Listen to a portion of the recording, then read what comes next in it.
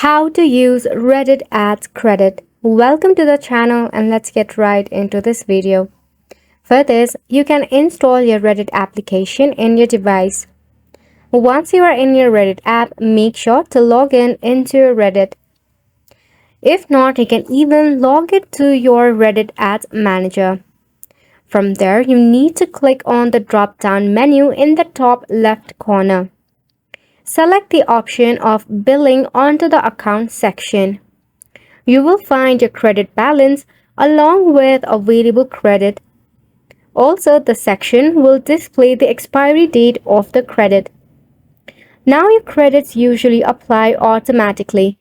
Yes, Reddit Ads credit are applied at the ad account level, not for a specific campaign. Any ad spend after the credit is issued will automatically use the credit. When you are using your ads, your account will use the credit balance first. After the credit is exhausted, your linked payment method will be charged for further spending. Now you always have credit on your Reddit, you just didn't know how to check it. If you're just using your Reddit application, you can tap on your user icon and head to the billing section to check for available credit.